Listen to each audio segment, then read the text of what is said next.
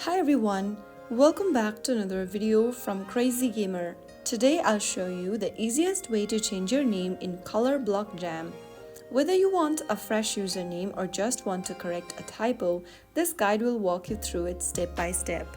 First of all, open up ColorBlock Jam application on your device. From the home page, tap on your profile avatar at the top left corner.